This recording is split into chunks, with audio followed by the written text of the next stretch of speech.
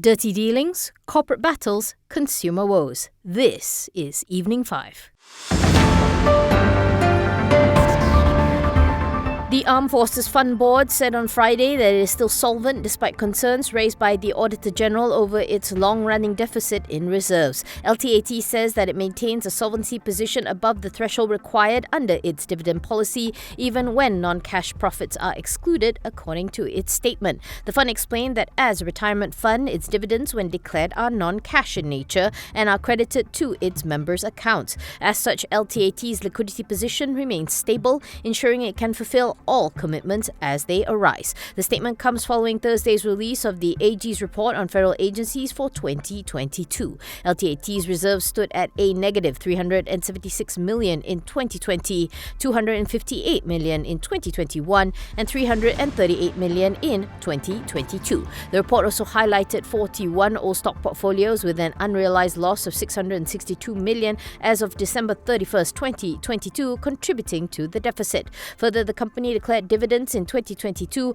partly based on non-cash gains from the divestment of two holdings. LTAT said the deficit in reserves refers to other comprehensive income reserves, one of three components of its reserve, which track paper gains or losses. When combined with retained earnings and reserve fund, the total reserve position reflects our financial stability, the fund stressed. The reserve fund, meanwhile, remains constant, set at 2% of contributors' account balance, providing a foundation for our financial security, LTAT explained. It also expects its unaudited post-dividend combined reserves for FY 2023 to see further improvement. The combined reserves as at the end of FY 2022 showed a net positive balance of 163 million, which improved from FY 2021 according to the fund. It said this net positive reserve position leads to a book value solvency of above 100%, affirming that its net assets at book value surpasses the total contribution by its members.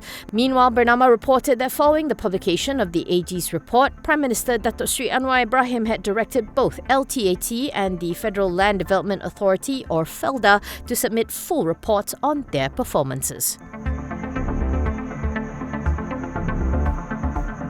Two of Top Glove Corp's directors have stepped down from the board of the world's largest glove maker, effective immediately. In a boss filing on Friday, Top Glove said that Datuk Lee Lim Yew, its non-independent and non-executive director, has stepped down due to a personal commitment. Lee, 64, had been with Top Glove for 27 years and had been the group's managing director from April 2009 to July 2022 before becoming a non-independent and non-executive director. Separately, Top Glove also saw Rowena Ghazali Seth resign as its independent and non-executive director on the same day, a position she has held for more than a year. Rowena, who began her career at Shell, has more than 30 years of experience in the oil and gas industry.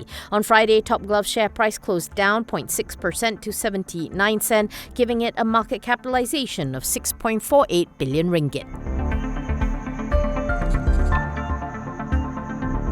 Scientex Pharmaceuticals, the 20% owned associate of Genting, said new data shows that its trial drug to combat Alzheimer's disease has sustained benefits across the disease spectrum from early to moderate dementia. The new 24-month data from the third phase of the so-called lucidity trial showed significantly reduced disease progression in participants, TauRx said following a presentation at a conference in Portugal. In the early disease subgroup, there was a significant reduction in transition to the dementia stage of Alzheimer's disease, TauRx said. Within the subgroup, progression of symptoms to the dementia stage of the disease was significantly less than in the control group. Founded in Singapore in 2022, TauRx mainly operates out of the UK. For Maybank IB, the trial appears to show that the medication is eligible for fast-track consideration by regulators such as US Food and Drug Administration, which has an accelerated approval program. Maybank IB, which has a buy call on Genting, currently values TauRx at $1 billion with a 60% discount, accounts for only 9 cents out of its current target price of 5 ringgit 73. Genting's target price could be raised as high as 9 ringgit 40 under a blue sky scenario, where the drug is approved and TauRx is valued at $15 billion or 70.3 billion ringgit without discount, according to Maybank IB. Plastic products manufacturer Scientex is set to acquire land in Batang Berjuntai, Kuala Selangor for a total of 335.68 million to enhance its property development land bank. In a boss filing, Scientex disclosed that its wholly owned subsidiary, Scientex Park Malaysia, has entered into a conditional sale and purchase agreement with Metalplex Plantation for the proposed acquisition of a parcel of freehold land measuring 826 acres. Highlighting the promising development potential of the land, Scientex said the proposed acquisition presents an opportunity to create greater economic value and increase earnings potential over the medium to long term. Scientex said the land bank expansion aligns with the group's objective of constructing more affordable homes, aiming to complete 50,000 such homes nationwide by 2028. While the group has proposed a mixed-use development for the acquired lands, it said that it is currently too preliminary to determine the exact total gross development value, development cost, expected commencement and completion dates of the project, and the anticipated profits from the land development. The proposed acquisition will be funded by internally generated funds and bank borrowings and expected to be completed in the first half of 2025.